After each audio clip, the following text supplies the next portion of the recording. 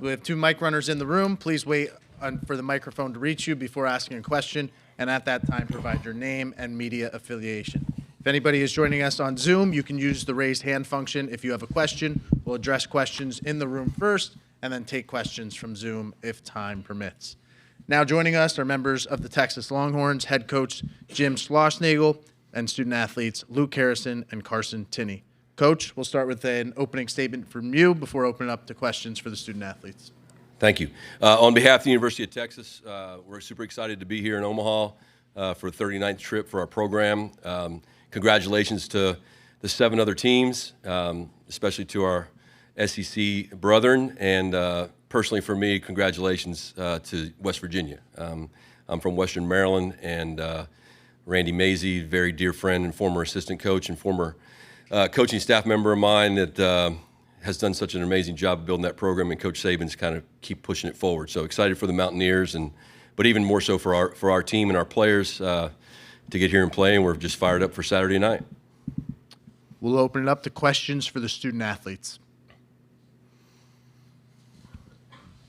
Noah Bieniek, 11.7. Question for Luke. I believe it was in the SEC tournament when Coach Schloss mentioned, the starters are going to pitch in maybe various roles in the postseason. I feel like you've kind of filled in that role of coming out of the bullpen a handful of times. What has that experience been like? Is the transition any different from starting to coming out of the bullpen? Time of prep for you a little bit different? I would say the preparation has been a little bit different. The workload is just a little bit different, a little bit more unexpected things. But I feel like the transition's been great. I mean, as a pitcher, as a competitor, you want the ball in the biggest moments, and I think it's done a lot for our team to be able to have the starters available in the bullpen and be ready for whatever we need. And that's kind of what can really help you win games down the stretch is when guys are willing to be selfless, just go take the ball whenever you're called upon. From the Houston Chronicle. How would you compare your game to Daniel Jackson, and who's faster on the base paths? I would like to say that I probably have a little bit more speed than him. No, I'm just kidding. I know he's a great player. He's a really good kid. I had the opportunity to meet him last summer, and he's a great competitor. I'm just excited to play. Can you talk about his game? I know he hits the ball pretty well, hard, a lot of homers, steals some bags. But no, I'm just excited to play the game.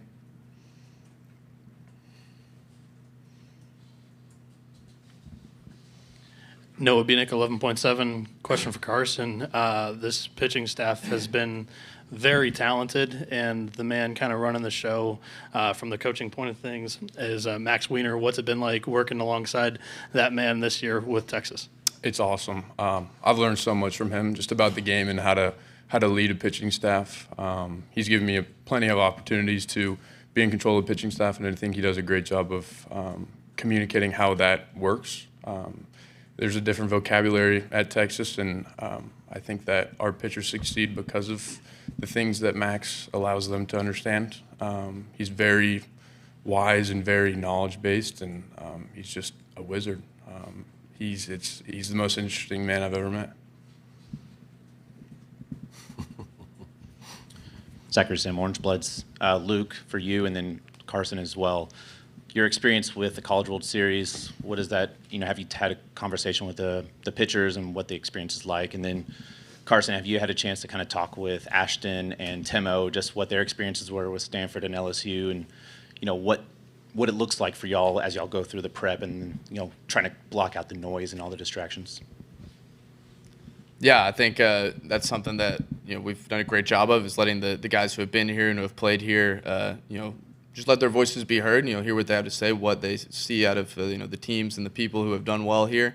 And I think we've done a great job of taking in all of the fun, the excitement that comes with being here in Omaha, but also understanding that our job's not done. It hasn't even started, and we gotta stay focused, but also take in everything. I think that's been the message, is like have so much fun, enjoy it while you can, but you got to focus on what matters when it matters. And it's great to be here. It's great to be sitting next to this guy and not across the way from him this time. And it's good to have this guy here too. But yeah, fired up. Yeah, no, like you said, I'm extremely grateful to be here, but the job hasn't even started. I think something we talked about a lot is that there's a lot of things that can be outside noise, but at the end of the day, it's the same game you played when you were a kid. It's the same dirt and grass you're playing on, and the same ball you're using. So not making it, I guess, bigger than what it is. Like, we're playing the same game, and we have the same mission. Noah Binick, 11.7. Question for both of you guys, Luke and Carson. Carson, you catch him. Luke, you saw him as a freshman. Dylan Volantis has just rose into becoming one of college baseball's biggest star arms.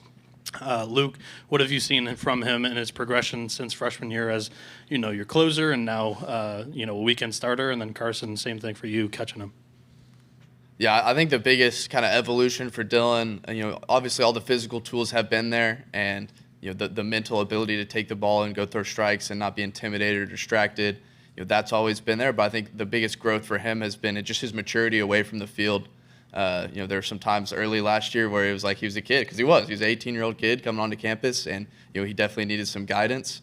But just to see how far he's come in terms of taking care of himself and his daily preparation and his routine, it's been really cool to see, and I'm very proud of him for that. I would honestly just second what Luke said. Even since the fall, I think he's grown significantly in his maturity. I got to watch him on TV last year. I didn't get to play with him, but obviously the skill set's there, and it's been present all year. But watching him grow as a human and just how much he loves baseball is what makes him so good. Yeah, Luke, Kirk Bowles from the Houston Chronicle. I want you to go back to 2022 when you were here, and you pitched against the Aggies. And how long were you mad at that guy sitting next to you for ruining your College World Series experience? Oh man, it's definitely not personal. I felt like that team had so much fun. It was very talented, but at the end of the day, we weren't playing our best baseball when it mattered, and that's kind of how it went for us. Great team, definitely a lot of experiences, memories, lessons that I've learned from that year. But it's all prepared us to be where we are now. And if you would have told me then that I would be here, sitting next to Coach right now, and we'd be getting ready to win a ball game, I'd probably believe you. So. David Eckert, Horns 24/7. For both of you guys, I mean, we're talking to Georgia. Kind of seemed like they're trying to find ways to fill the time because it's so long until you guys play. So I'll ask you guys, what are you guys planning to do over the next 2 days just to kind of fill the time? You're going to be here for a while. I think we're going to obviously spend the time practicing and getting our preparation in, but also this time of year, you just got to spend time with the guys. I love all these boys on this team like they're my own brothers, and I'm super grateful to be a part of the team with them. And, after June 22nd, that's the last time we're all going to be riding together. So just enjoying the moments and, not taking those relationships for granted. Yeah, I think like Tinny said, it's all about the team. This team's only going to be this team for X number of days, and just taking in every moment to enjoy each other, but also enjoy where we are. Whether it's walking around, going find somewhere to eat, or exploring the village around the field and going and buying some cool gear. Just doing all that stuff together, it's been very cool. And obviously we have a little bit more time to spend together, but we're just really excited, and we're not going to lose what's brought us this far, which is the team itself, and how close we are as a group. Joe Menzer, SEC Network. Are you guys, kind of surprised that you're here and now you're in a bracket with all SEC teams, or is that to be expected after what you've gone through facing them throughout the year? I think that's to be expected, in my opinion. I think we play in the best conference in college baseball, and it shows at the end of the year. It's definitely a fun conference to be a part of because it's a high-level competition, which is exactly what you look for when you're trying to play at the highest level. So I think that's what I looked for or expected. Yeah, I think no surprise. I think when you look at what makes the SEC so good, it's that there's so many tough teams that prepare you for this time of year and to play baseball this time of year. So now that we're playing baseball this time of year, we're going to face those kind of teams, and this league's got the most of them. Any more questions for the student athletes? Take one more. Sorry, Luke. Georgia, 174 home runs. Have you faced a scarier lineup than Georgia, and how do you get Daniel Jackson out? I think the key to getting any good hitter out is go throw strike one, And I think that's kind of the main focus for us is, control what we can control. And we know that, our pitching staff, we got plenty good enough stuff to get those guys out. And it's just a matter of going out and executing pitches and, not being, distracted or not being brought down by any damage or anything like that, and just moving on to the next pitch no matter what. And that's what's important. That's what'll always be important in this game. Hey, Luke, Carson, we appreciate your time. We'll see you guys on Saturday. Thank you. I'll hook 'em.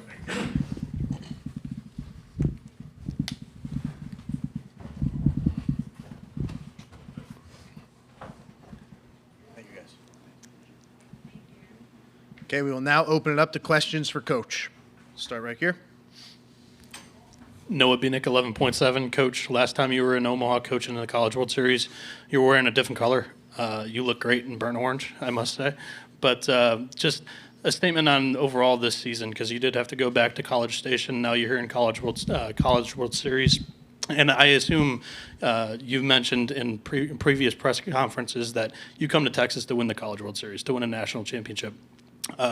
What has been the statement that you've been telling the group of guys this week now that you're here?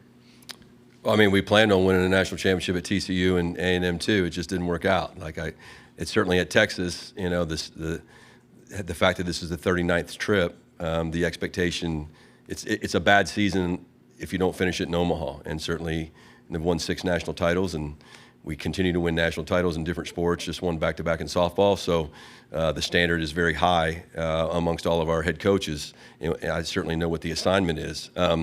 The message to our team is really, we're prepared. The question about the SEC teams, I mean, we're certainly going to. We haven't played Georgia this year. They proved themselves to be the best team in our league throughout the stretch of the season, including the conference tournament. Wow, what an accomplishment for that, for them to do that. So they're certainly on a heater. But it's never about the best team. It's only about the team that plays the best. If it were about the best teams, over the course of a season, UCLA and Georgia Tech would be here. But baseball happens, unfortunately, or fortunately for, West Virginia and Troy and everybody else. So, long story short is you just have to play well, and you have to be able to handle all the distractions and everything that comes with Omaha, which is mostly all great, but it's not necessarily always conducive to winning baseball if you're not focused on the task at hand when the time is called for. So we're excited to be here. I'm excited to represent Texas, and we know the assignment.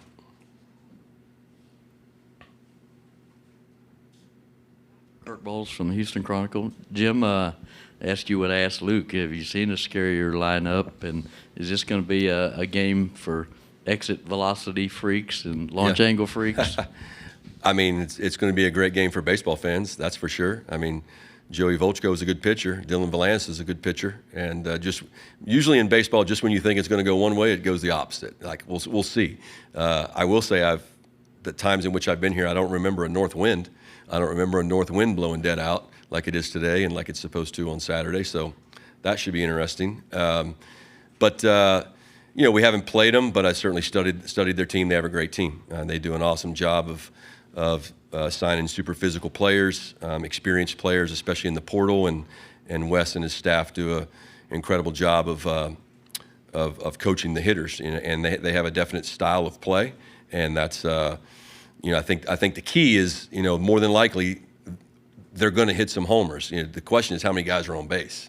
And if you get caught up in being afraid to throw the ball in the strike zone, then there's going to be too many ducks on the pond or dogs on the pond, and those homers really stretch the lead. So, and oh, by the way, we can hit some homers too. We don't hit maybe as many as them, but we'll hit our share. So, should be a great ball game and super entertaining. Jim, David Eckert, Horns 24/7. Jim, you touched on it a little bit there, but I guess I'm just curious. You have a starter in Dylan who's obviously elite at keeping the ball on the ground, and then you have a lineup that really lifts the ball. When you have that kind of stylistic clash, what kind of decides it usually in your experience, which way it leans? Yeah, I think just the execution of the pitches. I think if Dylan executes his pitches more often than not, then the chances are in our favor. That doesn't mean they can't he can execute a really good pitch and it can be lifted out of the ballpark, especially the way the wind's blowing. But if he doesn't, then he'll get banged around. The same thing on the other end, So it's just a matter of, the 2 out hitting. And I think if you start thinking about those things, you make it more than actual baseball, which is pitching, defense, and timely hitting. And so we can't get caught up in anything other than that. It's just, throwing strikes and playing good catch. Zachary Sim, Orange Bloods. Coach, you talked about defense. How does the team look so far in y'all's one practice and walkthrough? And obviously, y'all have some practice tomorrow on a dirt field. We didn't get, we only get 50 minutes out there, and they don't let you be out there with cleats. So you're kind of the infielders are on skates, trying to get used to the field. So we'll go to a grass and dirt field tomorrow and get as many ground balls as we possibly can. And I think we get some maybe before the game. I'm not sure, but.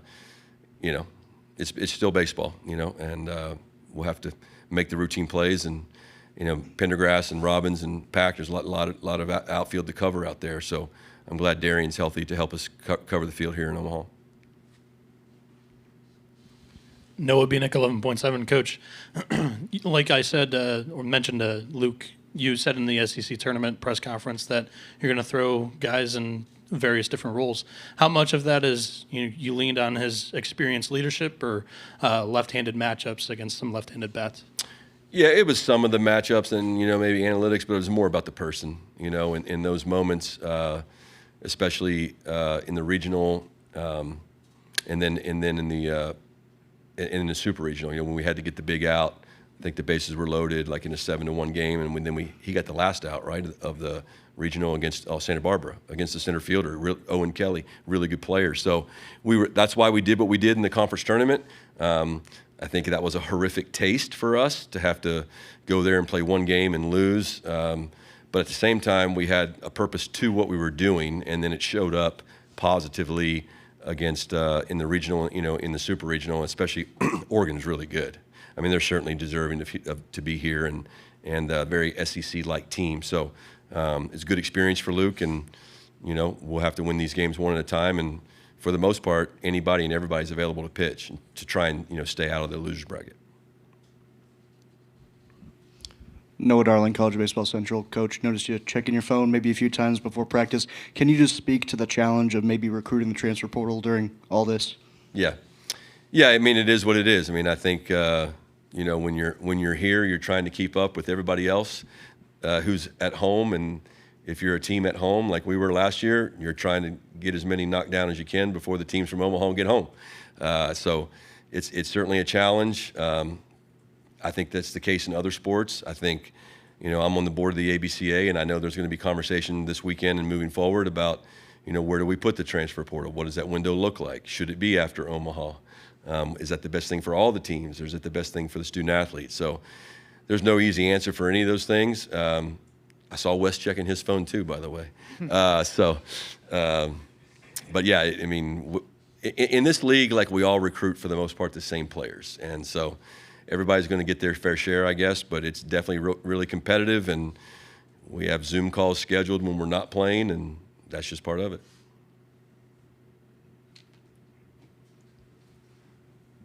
Kirk Bowles from the Chronicle.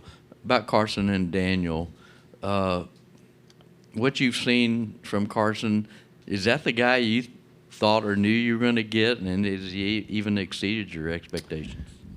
Well, Daniel played last year, and I actually got to shake his hand earlier when we were doing the media stuff, and very impressive young man, good eye contact, good handshake, and we had just a real brief conversation. But he certainly had an amazing season and very deserving of the Golden Spikes Award or whatever he's going to win moving forward. But yeah, Tinney has been incredible. You never really know till you coach him. He's caught really well. He's gotten better as both a defensive and offensive player. But where he's really grown is as a leader on our team. And he takes a lot of pride in playing at Texas, and that's no disrespect to Notre Dame. But he really loves being a Longhorn, and that means a lot at Texas, as you know, specifically. And so, that's just he started the season trying to live up to some expectation and put a lot of extra pressure on himself. And I think once he finally found his own voice, within the team, and the confidence from his teammates, then he kind of relaxed, and now we're seeing the best version of him. Noah Bieniek, 11.7. Coach, back-to-back freshman pitcher of the years with Dylan Volandis in relief, and then this year it's Sam Cozart. Can you detail Cozart? Just because I know, first off, he's a massive freshman, and second off, I know he comes from a big-time baseball family. He does. It starts with his parents. He's got incredible parents, not just because they're baseball people, but they have faith is a big part of their life, and Sam is really, portrays that and lives that out in his everyday life, which is super impressive. He's mature beyond his years. He's already a leader within the program, not just the team. And when guys like Luke and Ruger and Max and probably Burns and those guys move on to whether it be pro ball or graduation, Sam's going to be right there in the middle of leading our team, not just our pitchers, but our team. He's that kind of human being, and he's really done a great job. Max has obviously done an awesome job with him, but as I say always, the best players I've ever coached have the perfect combination of confidence and humility. He's confident that he can do the job and throw the ball in the strike zone, but he's humble enough to be coached and humble enough to know that he doesn't know everything, so he's constantly searching for ways to get better. And that's certainly, got to keep him healthy, get those guys back here next year, and it's got a chance to be a pretty cool, 1-2 punch in a weekend rotation, because he's certainly going to be a starting pitcher for us, as he did to start this year. David Eckert, Horns 24/7. Jim, I know you've kind of alluded to maybe some stuff going on in the bullpen health-wise. Do you have a full complement down there, or are you working minus some guys right now? No, I mean, other than Grubbs, we're in a really good spot. I think, a few guys were just a little sore that we thankfully didn't have to go to a third game against Oregon. But everybody's had a really good week. Crossland's, he wasn't banged up, but he threw really, really well this week. So we're super excited about getting him out there. LeFew's in a good spot. So, yeah, we're excited. Take one more. What kind of impact can the running game have, stolen bases, situational stuff, in a game like this between two teams that are seemingly pretty evenly matched? One thing I'm super proud of is, I guess, the stat that came out this week that we're the first Power 4 school in BB Corps era to have 100 stolen bases and 100 homers. That's awesome. I think if I'm an offensive player, I would want to play in that offense. To be even a guy like Tenney has double-digit stolen bases, and so I think our goal is to be able to play any brand of baseball, regardless of the conditions. And if the wind's blowing in and you can't hit a homer, then you got to be able to score runs in some form or fashion. If the wind's blowing out, or you're in a smaller park, or you get one right, then we can swing. We're not going to hit as many homers as Georgia. They're not going to steal as many bases as us. I think both teams are really good defensive teams.